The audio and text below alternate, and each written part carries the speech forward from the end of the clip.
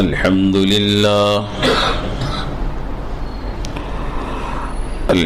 لله نحمده ونستعينه ونستغفره ونؤمن به ونتوكل عليه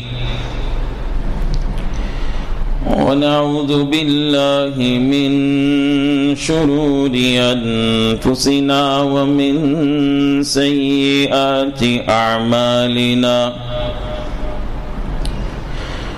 من يهده الله فلا مضل له ومن يضلله فلا هادي له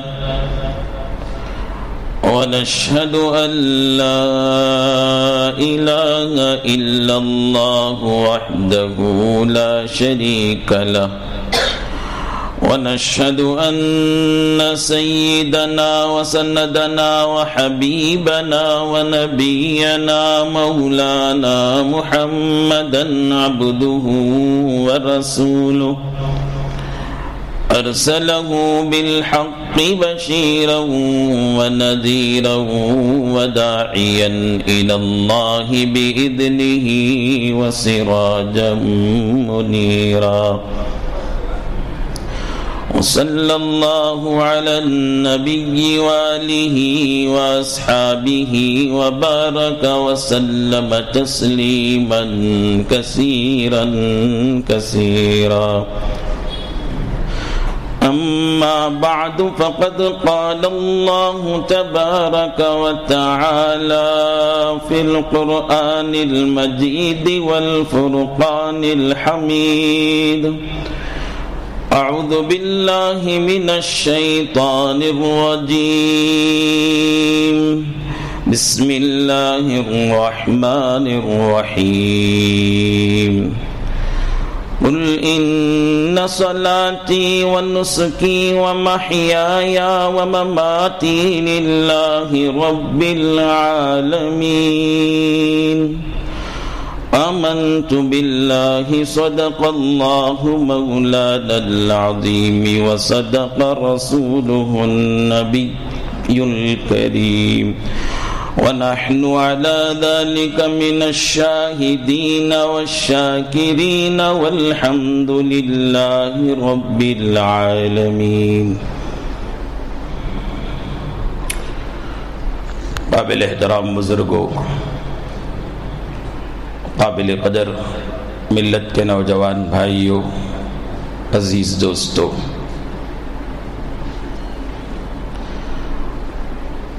سب سے پہلے بارگاہ رب العزت میں تکبیر تشریق اور کلمات تحلیل اور تحمید پیش کرنے کی سعادت حاصل کرتا ہوں،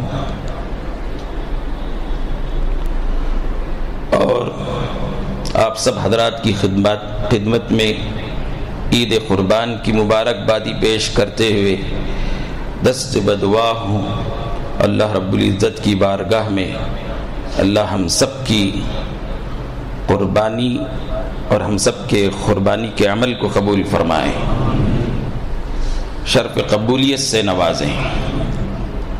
بزرگان محترم، یہ قربانی جو ابھی ہم تھوڑی دیر کے بعد اللہ کی بارگاہ میں پیش کرنے والے ہیں، دراصل سیدنا حضرت ابراہیم علیہ السلام اور ان کے لخت جگر سیدنا حضرت اسماعیل علیہ السلام کی عظیم قربانی کی نقل ہے۔ یہ اللہ کا بہت بڑا کرم ہوا، احسان ہوا کہ اس نقل پر بھی ہم کو بے حساب اجر و ثواب کا وعدہ ہے۔ حضرت جناب محمد الرسول اللہ صلی اللہ علیہ وسلم نے فرمایا، قربانی کے جانور کی کھال پر جتنے بال ہوتے ہیں، ایک ایک بال کے بدلے اس کے ایک ایک گناہ معاف ہوتے ہیں اور اس کے درجات بلند ہوتے ہیں۔ سیدنا حضرت ابراہیم علیہ السلام کے واقعے کا ایک ایک جز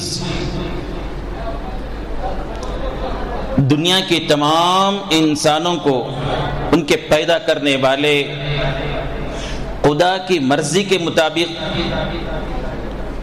زندگی کیسے گزارنا ہے، کیسے بندگی کرنا ہے، اس کا سبق دیتا ہے۔ سیدنا حضرت ابراہیم علیہ السلام کے واقعے کے پورے واقعے میں اہمیت کے حامل، سب سے زیادہ اہمیت کے حامل جو بات ہے وہ سیدنا حضرت ابراہیم علیہ السلام کا جذبہ اخلاص، یعنی اپنی زندگی کا ہر عمل صرف اور صرف خدا کے لیے کرنا اور اپنا سب کچھ خدا کے لیے قربان کر دینا۔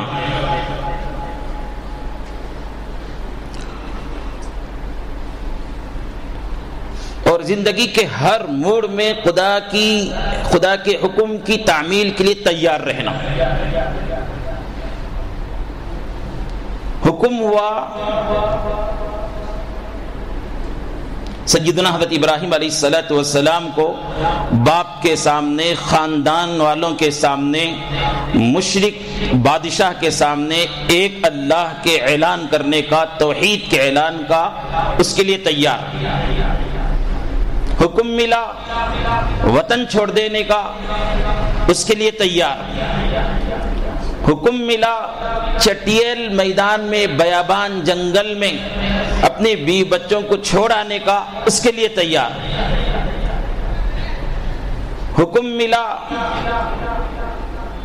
اپنے ہونہار خوبصورت لخت جگر کے چھری پر گلے پر چھری پھیرنے کا، اس کے لیے تیار۔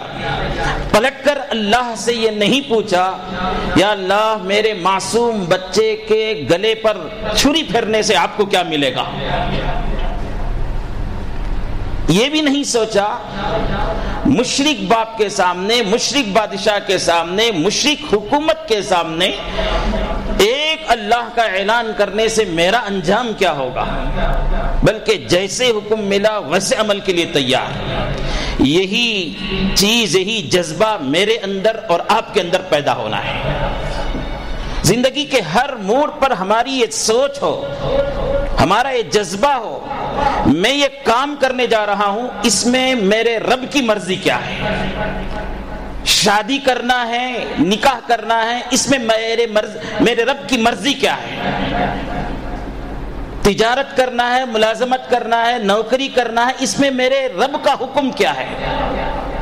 گھر کے اندر زندگی گزارنا ہے، گھر کے باہر زندگی گزارنا ہے، اس میں میرے رب کا حکم کیا ہے۔ اصل چیز جو عید قربان میں مجھے اور آپ کو سبق دیا جاتا ہے وہ یہ کہ اللہ کے مرضی کے مطابق زندگی گزارنے کے لیے ہم ہر وقت تیار رہیں۔ قربانی نام نہیں ہے صرف جانور کے گلے پر چھری پھیر دینے کا، قربانی نام ہے اپنا سارا وجود اللہ کے حوالے کر کے اپنی عبدیت کا اقرار اور اظہار کرنے کا۔ قربانی نام ہے اپنے نفسانی خواہشات کو دبا کر اللہ کی مرضی پر راضی و رضا رہنے کا۔ قربانی نام ہے اپنی مرضی کو خدا کی مرضی کے مطابق بنانے کا۔ بزرگوں، عزیزوں، ابھی تھوڑی دیر کے بعد ہم اپنے جانور پر چھری پھیریں گے، قربانی دیں گے۔ ہمارے قربانی کی جانور میں سے اللہ کی بارگاہ میں کیا پہنچتا ہے، اس پر مجھے بھی اور آپ کو بھی غور کرنا ہے، اور وہ پہنچنے والی چیز کتنی پاکیزہ ہونی چاہیے اور کتنی اہمیت کی حامل ہوگی وہ چیز کہ اللہ نے اسے اپنے کلام میں بیان فرماتے ہیں، لن ینال اللہ لحومها ولا دماؤها ولکن ینالہ التقوی منکم۔ تمہارے رب کی بارگاہ میں تمہارے قربانیوں کا گوشت نہیں پہنچتا، تمہارے جانوروں کی کھال نہیں پہنچتی، خون نہیں پہنچتا ہے تو جانور کو ذبح کرتے وقت، قربانی دیتے وقت تمہارے دلوں کے اندر کا تقویٰ، تمہارے دلوں کے اندر کا اخلاص، تمہارے دلوں کے اندر کا جذبہ اللہ کی بارگاہ میں پہنچتا ہے۔ اس لیے اسے پاکیزہ بنائیں، اسے خوبصورت بنائیں، اس جذبے میں کسی کی شرکت نہ ہو، صرف اور صرف اللہ کی راضی کرنے کے مقصد سے، اللہ کو راضی کرنے کے مقصد سے قربانی دیں۔ یہ بہت اہمیت کی بات ہے۔ ابھی ہم اپنے جانوروں پر چھری نہیں پھیرے ہیں۔ شیطان کے وسوسے ہمارے دلوں میں آئے جانور خریدتے وقت، جانوروں کو گھروں میں رکھتے وقت، پالتے وقت ریاکاری کا، دکھاوے کا یا مختلف قسم کے شیطانی خیالات ہمارے ذہن میں آئے۔ ابھی وقت ہے اسی مجلس میں بیٹھ کر اپنے رب سے تعلق جوڑ کر یہ کام کرنے کا ہے۔ اپنے تعلق کو خدا سے جوڑ کر اللہ سے کہیں، اب تک جتنے شیطانی خیالات قربانی سے متعلق میرے ذہن میں تھے، اللہ سے میں دفن کرتا ہوں۔ یہ جانور جو میں ذبح کروں گا تیری رضامندی کے لیے دوں گا، قربان کروں گا۔ یہ ارادہ کریں گے انشاءاللہ۔ اللہ ہم سب کو توفیق نصیب فرمائے۔ ایسے پاکیزے جذبے کے ساتھ آپ قربانی دیں گے تو ہی اللہ رب العالمین کے یہاں سے اجر مرتب ہوگا۔ قربانی دیتے وقت دوسرا عہد و پیمان، دو تین باتیں کہہ کر بات ختم کر دوں۔ دوسرا عہد اللہ رب العالمین سے یہ کہیں، یہ عہد کریں، یا اللہ آپ کا حکم ملا تو میں نے جانور کو ذبح کر دیا، آپ کا حکم ملا تو میں نے جانور کو ذبح کر دیا، جانور کے گلے پر چھری پھیر دی۔ اگر آپ کا حکم ہوگا تو میری جان کو بھی، میرے مال کو بھی، میری اولاد کو بھی، میرے جذبات کو بھی، میرے خواہشات کو بھی، میرے عہدوں کو بھی، میرے مراتب کو بھی، یا اللہ آپ کی رضا کے لیے قربان کرنے کے لیے میں تیار رہوں گا۔ اور اللہ میرا یہ تیار ہونا آپ کی توفیق سے ہو سکتا ہے، یہ میرا تیار رہنا آپ کی توفیق سے ہو سکتا ہے۔ یا اللہ ایسی پاکیزہ جذبہ، پاکیزے جذبے کی توفیق مجھے عطا فرما دیجیے۔ دوسرا مقصد قربانی کا، قربانی کے جانور کے ذریعہ، اس کے گوشت، اس کے کھال کے ذریعہ اللہ رب العالمین مسکینوں، محتاجوں، حاجت مندوں، ضرورت مندوں، غریبوں کی کھانے اور پینے کا انتظام فرماتے ہیں۔ اس لیے جانور کو ذبح کرنے کے بعد گوشت کی تقسیم کرتے ہیں تو جیسا آپ اپنے گھر کے لیے رکھ لیتے ہیں، جیسے اپنے رشتہ داروں کے لیے رکھ لیتے ہیں، اسی طرح مسکینوں، حاجت مندوں کے لیے ایک بڑا حصہ نکال کر ان کو تقسیم کریں۔ تقسیم کرتے وقت آپ کے دل و دماغ میں بات رہے کہ کسی مسکین کو میں آج گوشت دے رہا ہوں، کسی ضرورت مند کو دے رہا ہوں، تو آج میرے گوشت سے اس کے بریانی کا انتظام ہو جائے، اس کے گوشت کے سالن کا انتظام ہو جائے۔ اس کے گھر میں 4 افراد ہیں، 5 افراد ہیں، 10 افراد ہیں، تو سب کے لیے کم از کم 2 بوٹیاں مل جائیں، 2 ٹکڑے مل جائیں۔ اتنا گوشت انتظام کر کے غریب کے گھروں کو دو۔ آپ مالدار گھروں میں دیتے ہیں تو آپ اپنی مرضی کے مطابق دے لیں جیسا چاہتے ہیں، اپنے گھر کے لیے رکھ لیتے ہیں جیسا اپنی مرضی رکھ لیں، لیکن مسکین کے گھر کو دیتے ہوئے، ضرورت مند کے گھر کو دیتے ہوئے یہ ذہن میں آپ کے خیال رہیں کہ میرے اس گوشت سے آج ان کے گھر کے کھانے کا انتظام ہو جائے۔ یہ کیا بات ہے، کس نے پھیلا دی ہے؟ یہ 2 ٹکڑے، 3 ٹکڑے رکھ کر پورے محلے کو بانٹا جائے، پورے محلے پر تشہیر اور اعلان کیا جائے میں بھی قربانی دے رہا ہوں۔ یہ کہاں سے رواج آ گیا؟ یہ کس نے گھڑ لیا ہے؟ قربانی کے ذریعہ تو ضرورت مسکین کی پوری کریں۔ کتنے لوگ ایسے ہیں جو سال گزر جائیں گے، 1 کلو گوشت بکرے کی دکان سے خرید نہیں سکتے، ایسی حالت ہے ان کی۔ اور آپ بھی دیں، گھر میں 11 افراد ہیں، 10 افراد ہیں، 5 افراد ہیں، 3 بوٹیاں ڈال کر بھیج دیں، 3 ٹکڑے ڈال کر بھیج دیں۔ کون کھائیں گے وہ 3 ٹکڑے رکھ کر؟ بیٹے کو کھلائے گا یا بوڑھی ماں کو کھلائے گا یا جوان بیٹے کو کھلائے گا؟ اس کا دھیان کر لیں، ذہن میں بات رکھ لیں۔ اپنے خاندان کے، اپنے محلے کے 4 مسکین کو دے لو بھائی، 5 مسکین کو دے لو بھائی، ان کے پیٹ بھر کر ان کے آپ کے گوشت سے ان کے گھر کی ضرورت پوری ہو جائے۔ یہ نظام بنائیں، کریں گے انشاءاللہ۔ یہ 2 بوٹی 3 بوٹی دینے کا نظام چھوڑ دیں اس کو۔ یہ ضروری نہیں ہے کہ پورے محلے میں تقسیم کریں، یہ ضروری نہیں ہے کہ پورے خاندان میں تقسیم کریں، اس کی تشہیر کریں، نہیں، ذرا مقدار، وافر مقدار، اچھی مقدار، زیادہ مقدار نکال کر مسکینوں کو دیں، وہ ذرا پیٹ بھر کر کھائیں۔ ان کے گھر میں حاملہ عورتیں ہوں گی، ان کے گھر میں بیمار ہوں گے، ان کے گھر میں کمزور ہوں گے، آپ کے قربانی کے گوشت سے، اس کی برکت سے وہ کھائیں گے تو ان کی بیماریاں دور ہوں گی، ان کو تقویت پہنچے گی۔ تیسرا پیغام قربانی کے موقع پر کہ آپ اپنی جانور کی قربانی دیتے ہیں، گوشت کا ایک حصہ اپنے خاندان، اپنے رشتہ داروں میں پیش کر کے صلہ رحمی، رشتہ داری کا جو فریضہ ہے اس کو نبھائیں، اور ان کے سامنے قربانی کا گوشت پیش کرتے ہوئے یہ عہد کریں، یہ دل و دماغ میں بات رہے، ہمارے اندر کدورتیں ہوں گی، ہمارے اندر نفرتیں ہوں گی، کسی وجہ سے ہمارے اندر جھگڑے ہو گئے ہوں گے، لیکن اسے ہم طول نہیں دیں گے۔